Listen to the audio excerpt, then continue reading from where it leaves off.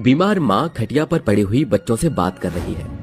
बेटा, मुझे लगता है अब मैं और ज्यादा टिक नहीं पाऊंगी, इसलिए एक दूसरे की हमेशा मदद करना। और राधिका बेटा, तू तपस्या का ख्याल रखना, वो छोटी है अभी। नहीं माँ, ऐसा मत कहो, आप हमें छोड़कर कहीं नहीं जा सकती। दीदी क्या हुआ? माँ की ऐसी खराब सी आवाज क्यों आ रही है? बेटा, अब मेरे जाने का समय हो रहा है, अपना ख्याल रखना। इतना कहते ही रवीना भगवान को प्यारी हो जाती है और उसके दोनों बच्चियां राधिका और तपस्या अनाथ हो जाती हैं। दोनों बच्चियां बहुत रोती हैं। माँ कैंसर से पीड़ित थी और बाप तो पहले ही नशे की धुत में दुनिया को छोड़ चुका था। एक पंडित द्वारा उनकी माँ का अंतिम संस्कार हो जाता है और एक हफ्ता बीत जाता है। दोनों बच्चियों को आसपास के लोग खाना दे दिया करते थे, पर अब दोनों भूख से तड़प रही थी। उनके पास खाने के लिए कुछ भी नहीं था।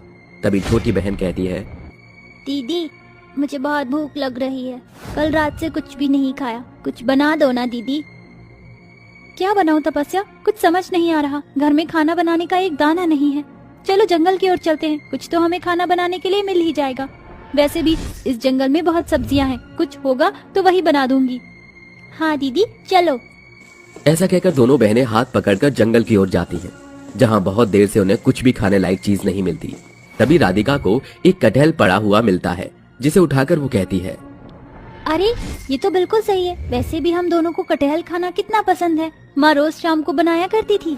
हाँ दीदी, और आपको तो कटहल बनाना आता है, अब बनाओगे ना मेरे लिए? हाँ हाँ बिल्कुल बनाऊंगी। दीदी दीदी बहुत प्यास लग रही है, पहले पानी पिला दो। ठीक है, चल यहाँ पास में ही नदी है, उसमें हम पानी पी लेते हैं। ऐसा कहकर दोनों नदी के पास जाती हैं।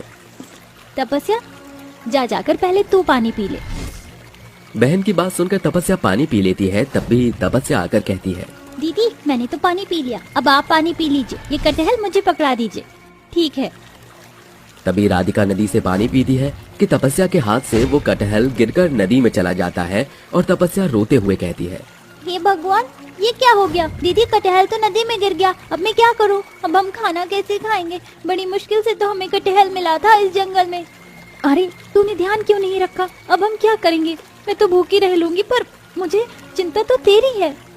दीदी मुझे माफ कर दो, मुझसे बहुत बड़ी गलती हो गई। कोई बात नहीं, रोना बंद कर, शांत हो जा, मत रो तप्पू। राधिका के कहने पर भी तपस्या ऐसे चुप नहीं होती। तभी उस नदी से एक देवी प्रकट होती है और वो कहती है, पुत्री, अश्रु बहाने बंद करो। तुम एक दिन के खाने के लिए तरस रहे थे ना?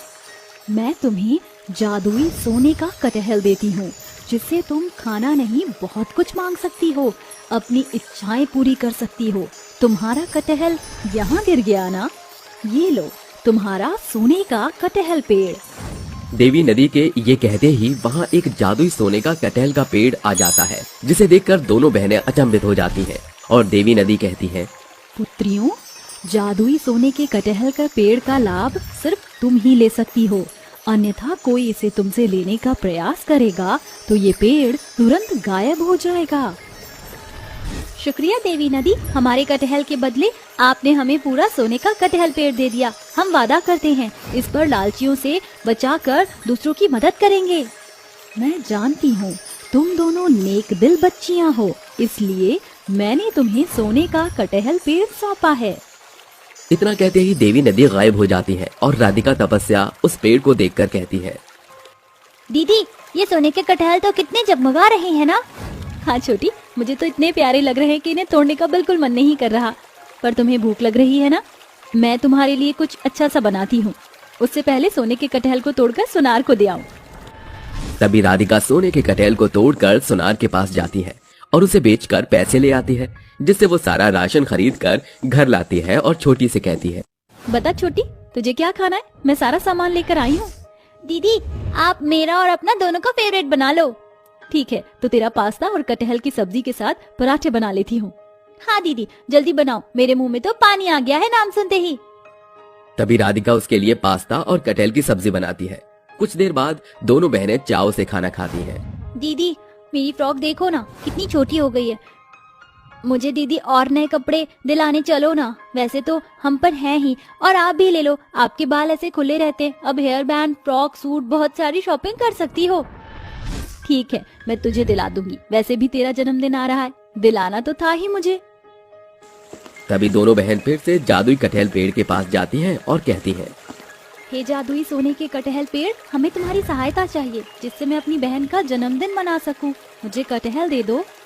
राधिका के ऐसा कहते ही जादुई कटहल पेड़ से सोने का कटहल खुद टूटकर उसके हाथों में आ जाता है, जिसे लेकर दोनों बहन सुनार को बेच देती हैं और उन पैसों से मॉल में जाकर शॉपिंग करती हैं, अपने लिए अच्छे अच्छे कपड़े खरीदती हैं। अगले दिन दोनों नई ड्रेस में तैयार हो जाती हैं और राधिका अपनी बहन को गले लगाकर कहती है, जन्मदिन की बहुत बहुत शुभकामनाएं मेरी छोटी बहन। मैं तेरी सहेलियों को बुलाकर लाती हूँ। शुक्रिया दीदी, ये सब करने के लिए।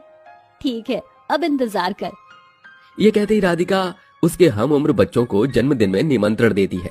तभी एक रोती हुई बुढ़िया हॉस्पिटल से आकर कहती है, हे भगवान, मैं क्या करूं? कोई तो मेरी मदद के लिए भेजो। इतने सारे पैसे कहाँ से लाऊं मैं? दादी माँ, आप इतना रो क्यों रही हैं? क्या हुआ? बेटा, तेरे दादाजी अंदर जिंदगी और मौत के बीच जूझ रहे हैं। मुझे उनके ऑपरेशन के लिए पैसे चाहिए, 5 लाख। कहाँ से इंतजाम करूं? आप फिक्र मत कीजिए, मैं हूं ना, मैं आपको पैसे देती हूँ। तभी ध्रुव नाम का व्यक्ति राधिका की बात सुनकर कहता है, अरे ये छोटी सी बच्ची कहाँ से इतने सारे पैसे लाएगी, जरा देखता हूँ। तभी ध्रुव राधिका का पीछा करते हुए सोने के कटहल के पेड़ के पास पहुंच जाता है और देखता है कि राधिका कुछ बोलती है, जिससे सोने के 3 कटहल टूटकर उसके हाथ में आ जाते हैं और वो उसे बेचकर उस बूढ़ी दादी को पैसे दे देती है, जिससे वो बूढ़ी दादी अपने पति की जान बचा लेती है। वहीं ध्रुव राधिका के जाते ही सोने के कटहल को जैसे ही छूता है वो पेड़ गायब हो जाता है। पेड़ को गायब होता देख ध्रुव सोच में पड़ जाता है। तभी राधिका वहाँ दोबारा आती है और उस लड़के को देखकर कहती है, आप यहाँ क्या कर रहे हो? आपकी वजह से मेरा जादुई सोने का कटहल पेड़ गायब हो गया। वो मुझे भी वो सोने का कटहल चाहिए। ये लालची लोगों के हाथ नहीं आता। मैं लालची नहीं हूँ, जैसे तुमने उन दादी की मदद की है वैसे मेरी भी कर दो। मेरी पत्नी को बहुत बुखार है, पर मेरे पास न दवाई के पैसे हैं न उसे कुछ खिलाने के। मुझे पैसों की जरूरत है। ऐसी बात है तो आप फिक्र मत कीजिए, मैं आपकी मदद करूंगी। बस आप इस बारे में किसी को मत बताइएगा भैया। हे जादुई सोने के कटहल पेड़, मुझे तुम्हारी जरूरत है, मेरे पास आओ। राधिका के ऐसे कहते ही उसके पेड़ वापस आ जाता है और उसके हाथ में खुद ब खुद वो कटहल आ जाता है, जिसे वो ध्रुव को सौंप देती है। फिर वो अपनी पत्नी की दवाई लाकर उसे खाना खिला देता है और घर जाकर राधिका बाकी बच्चों के साथ अपनी बहन का जन्मदिन मनाती है। Happy birthday to you, happy birthday to you. Thank you दीदी।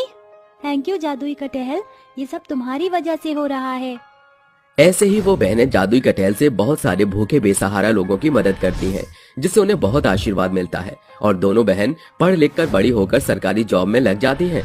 तो दोस्तों, हमारी इस कहानी में राधिका की बहन का क्या नाम था, कमेंट करके जरूर बताएं।